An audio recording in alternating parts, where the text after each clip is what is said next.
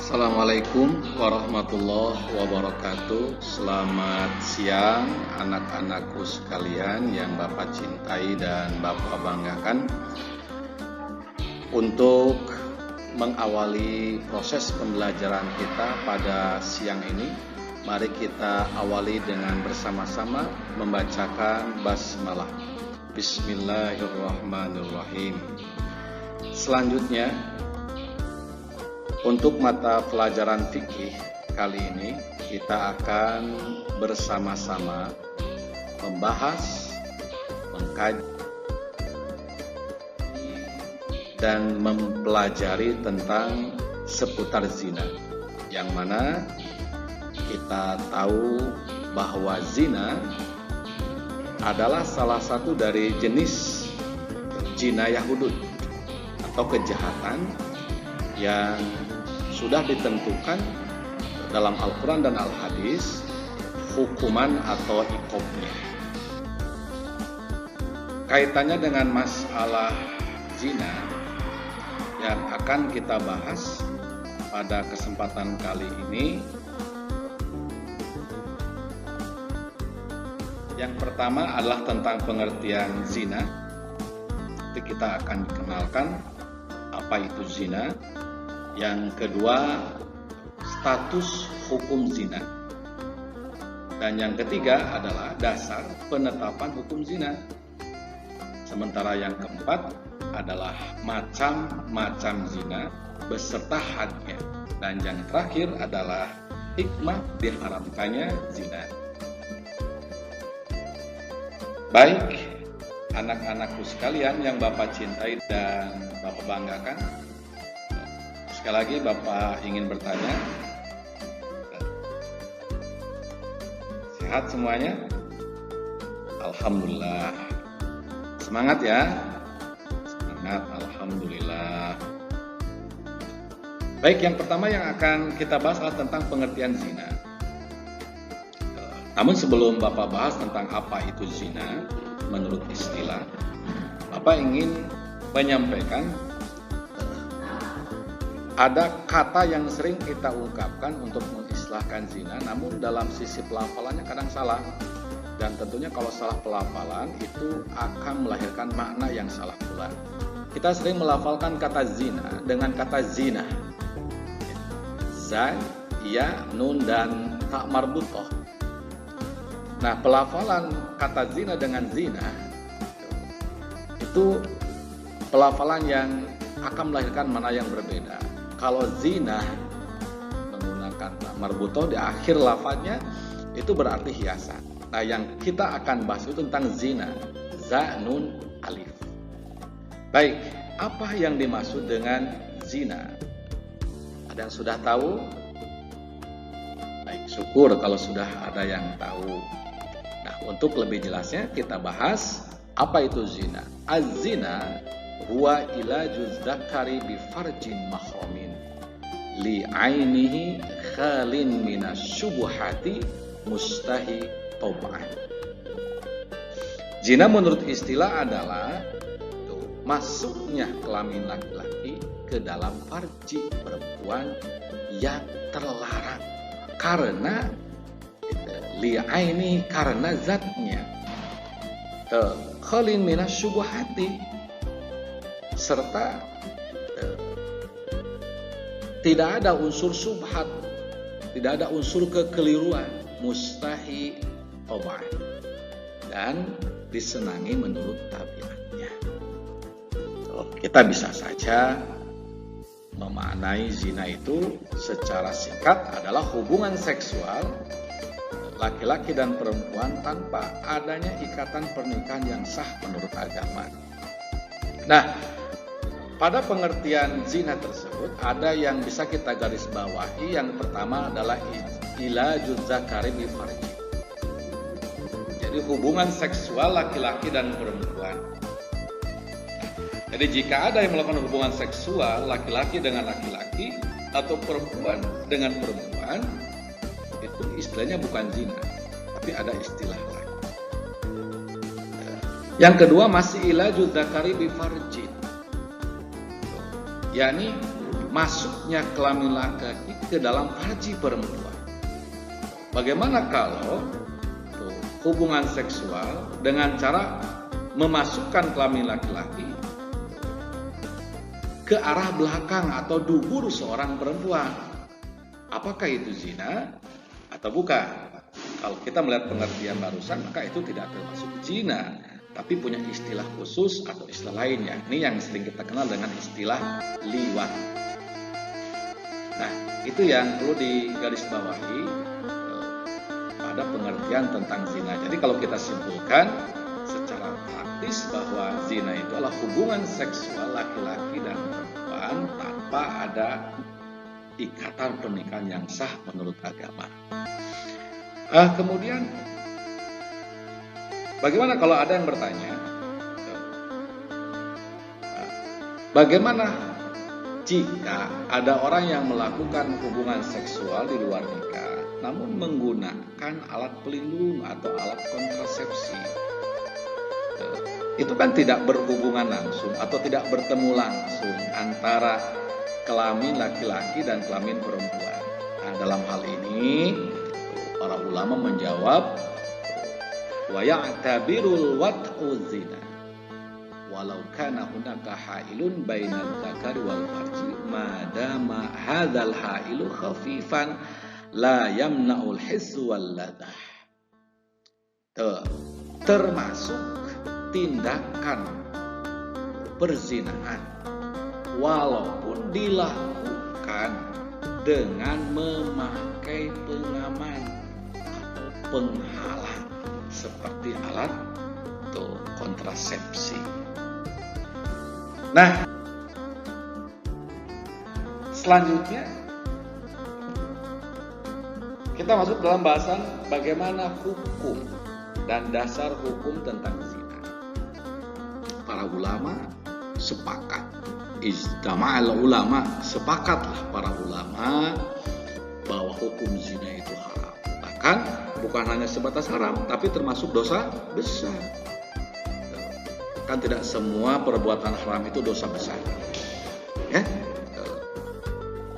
Nah, adapun untuk zina, di samping hukumnya haram juga termasuk dosa besar. Hal ini seperti yang dijelaskan dalam Al-Quran surah Al-Isra ayat 32, A'udzubillahi minasyaitonirrajim, wala taqrabuz zina innahu kana fahisyatan wa sa'a sabila. Kata Allah, wala taqrabu, dan janganlah kalian mendekati az-zina, perbuatan zina. Mengapa? Innahu kana, sesungguhnya zina kana fahisyah, adalah perbuatan yang keji dan menjijikkan, wa sa'a sabila, dan seburuk-buruknya jalan. Nah, pada ayat tersebut jelaslah tentang keharaman berbuat zina. Nah, namun ada yang perlu digarisbawahi pada ayat tersebut, yaitu pada kata wala taqrabu. La taqrabu, janganlah kalian mendekati. Kata la taqrabu dalam tinjauan lughah atau bahasa itu kan fi'il nahi. Kita tahu semua bahwa fi'il nahi itu fi'il yang bermakna larangan. Nah, dalam kaidah ushul fikih dikatakan al aslu fi nahyi li tahrim. Makna asal larangan itu menunjukkan haram. Jadi mendekati zina itu hukumnya haram. Kemudian timbul pertanyaan, kan yang dilarang itu mendekatinya, kalau berbuatnya tidak. Nah, di sini anak-anak sekalian harus paham pada ungkapan tersebut berlakulah kias aulawi namanya. Jadi maksudnya jangankan berbuat, jangankan melakukan, mendekatinya saja Allah sudah haramkan. Seperti halnya dalam ayat yang lain tentang wala taqul lahu ma'uf, dan janganlah kalian berkata kepada kedua orang tua dengan kata-kata ah. Oh, yang dilarang itu berkata ah. Kalau memukul, ya, menunjang itu bahasa Melayu. artinya menendang. Berarti kalau menendang atau misalkan mukul itu boleh karena tidak ada larangan. Nah, di sana pun berlaku qiyas aulawi. Jangankan menendang, jangankan memukul, berkata saja, berkata yang merupakan ekspresi daripada kekesalan atau penolakan itu sudah Allah haramkan. Baik, mengapa Allah mengharamkan mendekati perbuatan zina? Kata Allah, innahu kana fahisyah. Sesungguhnya perbuatan zina itu adalah perbuatan keji dan menjijikkan. Apa bedanya dong dengan binatang yang tidak Allah beri akal? Wa sa'a sabilan, dan seburuk-buruknya jalan. Jadi seburuk-buruknya jalan untuk menyalukan hasrat seks yang dimiliki setiap manusia adalah zina. Ada jalan yang baik yang Islam telah berikan, yakni dengan jalan pernikahan. Nah, adapun dalil tentang bahwa zina itu adalah dosa besar, itu kita bisa lihat dalam beberapa hadis. Dan antaranya adalah hadis yang diterima oleh Abdullah bin Mas'ud, yang diriwayatkan oleh Imam Bukhari dan Muslim. Suatu hari Abdullah bin Mas'ud bertanya kepada Rasulullah, ya Rasulullah, dosa apakah yang paling besar? Nabi menjawab, engkau menyediakan sekutu bagi Allah padahal Dia menciptakan kamu. Artinya mensekutukan Allah. Lalu Ibnu Mas'ud bertanya lagi, kemudian apalagi wahai Rasulullah? Rasul menjawab, engkau membunuh anakmu karena khawatir jatuh miskin. Khasyata imlaki, karena takut miskin, takut fakir. Kemudian Abdullah bin Mas'ud bertanya kembali, kemudian apalagi wahai Rasulullah? Rasul menjawab, engkau berzina dengan istri tetanggamu. Dalam arti adalah zina muhsan. Nah, itu adalah dasar hukum tentang bahwa berzina termasuk dosa besar. Jadi bukan hanya sebatas haram, tapi termasuk dosa besar. Indikasi-indikasi dosa besarnya jelas dalam Al-Quran dan hadis itu ditegaskan dan dijelaskan. Belum lagi kita lihat indikasi yang lain seperti bagi pelakunya itu diancam dengan hukuman yang berat baik di dunia ataupun di akhirat. Nah, selanjutnya dasar-dasar yang bisa digunakan untuk menetapkan pelaku zina. Nah, dasar-dasar yang bisa digunakan untuk menetapkan seseorang sebagai pelaku zina yang disepakati oleh para ulama itu ada dua. Yang pertama, adanya kesaksian dari 4 orang laki-laki.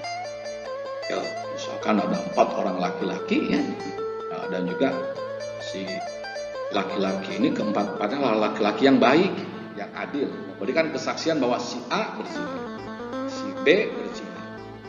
Maka itu bisa dijadikan dasar untuk menetapkan seseorang sebagai pelaku zina. Hal ini Allah tegaskan dalam Al-Quran surah An-Nisa ayat 15. Nah, yang kedua adalah pengakuan dari si pelaku. Pengakuan dari si pelaku sebanyak 4 kali. Misalkan ada seseorang yang mengaku di hadapan hakim, wahai hakim, aku telah berbuat zina, dan itu dinyatakan sebanyak 4 kali. Nah, ini pun bisa dijadikan dasar sebagaimana yang dijelaskan dalam hadis Zabir bin Abdillah. Nah, yang ketiga, sekalipun ini tidak disepakati oleh para ulama, dasar yang bisa digunakan, hal yang bisa digunakan untuk menetapkan seseorang sebagai pelaku zina adalah adanya indikasi atau qarina, yakni berupa kehamilan. Misalkan ada seorang perawan tak bersuami namun dia hamil. Nah, ini pun bisa dijadikan dasar untuk menetapkan dirinya sebagai pelaku zina, sekalipun ada sebagian ulama yang menyatakan itu tidak bisa dijadikan dasar. Barangkali ada faktor-faktor lain kan selain berzina sehingga dia mengalami kehamilan. Nah, anak-anak sekalian, selanjutnya seseorang yang melakukan zina itu bisa ditetapkan hukumannya, bisa ditentukan hadnya jika memenuhi syarat. Yang pertama, si pelaku zina sudah balik dan berakal. Jadi jika ternyata si pelaku zina itu belum balik, belum berakal, maka tidak bisa dijatuhi had, tidak bisa jadi hukuman. Tuh ya, yang sudah ditentukan. Nah, jika pun misalkan untuk memberi efek jera agar tidak mengulangi, si hakim bisa memberikan hukuman yang lain yang sering disebut dengan ta'zir, gitu ya, tapi tidak bisa dijatuhi had. Nah, yang kedua, perbuatan zina dilakukan tanpa paksaan, betul-betul memang itu atas dasar kemauan sendiri.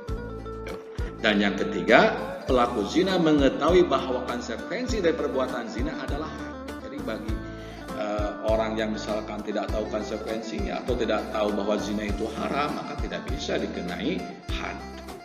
Misalkan dia orang hidup di tengah hutan, ya, dari sejak kecil nggak pernah belajar, nggak pernah mengaji. Nah, yang keempat, telah diyakini secara syara bahwa pelaku tindak zina benar-benar melakukan perbuatan keji tersebut. Nah, ya, itu bisa dibuktikan adanya saksi, adanya barang bukti, gitu. Nah, itu adalah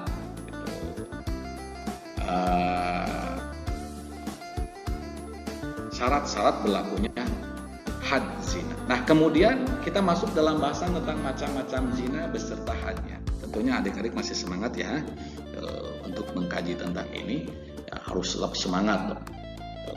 Yang diharapkan nanti anak-anak sekalian bisa paham, bisa mengerti, sehingga anak-anakku mempunyai keinginan kuat untuk menjauhi yang namanya zina. Zina ditinjau dari status, si pelakunya itu terbagi ke dalam dua. Yang pertama ada zina muhson, yang kedua adalah zina ghairu muhson. Apa itu zina muhson? Secara sederhana, zina muhson itu zina yang dilakukan oleh orang yang sedang, ya, atau sudah pernah menikah. Sedang berarti statusnya dia beristri atau bersuami. Ya. Sudah pernah menikah berarti ada seorang janda atau duda yang melakukan zina, maka status zinanya adalah zina muhson.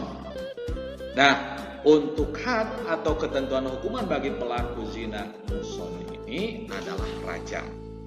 Nah, adapun untuk teknis menjatuhi hukuman rajam, di antaranya dengan cara ditutup kepalanya, kemudian dikubur setengah badan, dilempari bersama-sama menggunakan batu ukuran sedang sampai meninggal.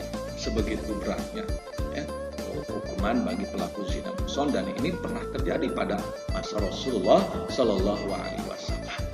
Tapi setelah selesai itu dijatuhi hukuman rajam, Rasulullah menyolatkan orang tersebut, ya, memperlakukan layaknya muslim-muslim yang lain. Bahkan Rasul memberikan pujian khusus bagi orang yang sudah bersedia, sudah ikhlas menjalani hukuman rajam. Itu menunjukkan taubatnya dia kepada Allah Subhanahu wa taala. Yang kedua adalah zina ghairu muhson. Apa zina ghairu muhson? Nah, zina ghairu muhson itu adalah zina yang dilakukan oleh orang yang belum pernah menikahnya, seperti kalian ini. Naudzubillah. Jangan sampai ya.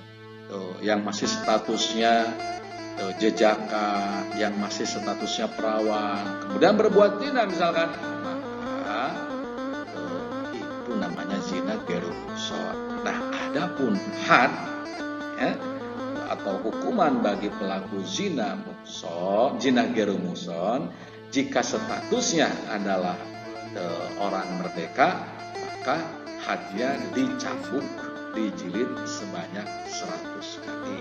Nah, adapun rincian had bagi pelaku zina, ya, ghairu muhson ini, dibahas pada slide berikutnya. Baik, anak-anak sekalian.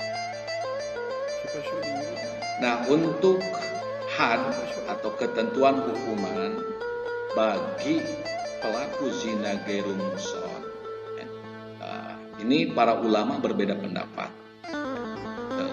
Yang pertama adalah pendapat Imam Syafi'i dan Imam Ahmad, yang mana menurut beliau bahwa had bagi pelaku zina ghairu muhsan adalah cambuk sebanyak 100 kali dan diasingkan atau dipenjara kalau istilah sekarang 1 tahun.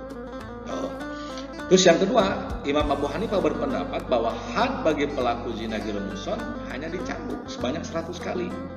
Nah, adapun pengasingannya atau dipenjaranya menurut Abu Hanifah itu hanya sifatnya tambahan, dan itu kebijakannya dikembalikan sepenuhnya kepada seorang hakim, bukan suatu keharusan. Yang ketiga adalah pendapat Imam Malik dan Imam Auza'i, yang mana keduanya berpendapat bahwa laki-laki merdeka melakukan zina ghairu muhsan hukumannya adalah dicambuk sebanyak 100 kali. Nah, dan pengasingan selama 1 tahun. Adapun jika pelaku zinanya itu adalah perempuan, hanya cukup dicambuk sebanyak 100 kali tanpa ada pengasingan atau penjara. Dan yang keempat, dalil yang menegaskan bahwa pezina ghairu muhsan dikenai had berupa cambuk 100 kali itu dan diasingkan itu dimuat dalam Al-Quran surah An-Nur ayat 2 yang az-zani waz-zaniyah az-zaniyatu ya, a'udzubillahi minasyaitonir rajim, az-zaniyatu waz-zani fazlidu kulla wahidin minhuma mi'ata jaldah gitu. Yang pernah dulu Bapak sampaikan, yang pernah dulu Bapak kemukakan bahwa wanita yang berbuat zina, laki-laki yang berbuat zina, fazlidu maka cambuklah, fazlidu kulla wahidin minhuma maka cambuklah masing-masing dari keduanya mi'ata jaldah dengan 100 kali cambukkan. Nah, itu adalah had atau hukuman bagi pelaku zina ghairu muhsan. Nah, kemudian apa hikmah diharamkannya zina? Anak-anak sekalian, setiap apa yang Allah haramkan pasti di sana ada hikmah besar ketika kita tinggalkan. Setiap apa yang Allah perintahkan, maka di sana ada hikmah besar ketika kita laksanakan. Begitu pula dengan diharamkannya zina, di sana ada hikmah yang teramat dan sangat luar biasa. Di antaranya untuk memelihara dan menjaga keturunan dengan baik. Bayangkan kalau zina tidak diharamkan, maka status keturunan kita nggak jelas, mana ayah, mana ibu, mana kakek, mana nenek, ya kan? Itu apa bedanya dengan binatang? Tentunya. Makanya secara singkat bahwa dilarangnya zina itu adalah untuk memanusiakan manusia sebagai makhluk sosial, ya kan? Dan memanusiakan manusia sebagai makhluk Tuhan. Yang kedua adalah menjaga harga diri dan kehormatan manusia. Yang ketiga menjaga ketertiban, keteraturan rumah tangga. Dan yang keempat memunculkan rasa kasih sayang terhadap anak yang dilahirkan secara sah. Nah, itu anak-anakku sekalian yang Bapak cintai dan Bapak banggakan, bahasan seputar tentang zina, ya. Mulai daripada pengertian sampai pada hikmah diharamkannya zina, dan mudah-mudahan kita semua terhindar dari semua itu dan kita berlindung kepada Allah dari yang namanya perbuatan zina, sehingga kita mampu melahirkan generasi yang baik, generasi yang berkualitas. Nah, sebelum Bapak tutup pembelajaran kita, izinkan Bapak untuk menyampaikan sebuah ungkapan, tajannubu dzanbi akhaffu min tahammuli alamin nada. Menjauhi dosa, ya, menjauhi dosa itu lebih ringan gitu. Sekalipun agak terasa berat gitu. Karena secara nafsu kadang kita ingin ya. Menjauhi dosa itu lebih ringan daripada menahan sakitnya rasa penyesalan. Ya. Menahan berbuat zina itu lebih ringan ketimbang menahan sakitnya rasa penyesalan ketika kita berbuat zina. Karenanya hindari, jauhi yang namanya zina. Mudah-mudahan kita semua menjadi generasi, menjadi anak yang soleh solehah dan mampu gitu ya, dan mampu berbakti kepada masyarakat, berbakti kepada orang tua, berbakti untuk agama kita dan bangsa kita.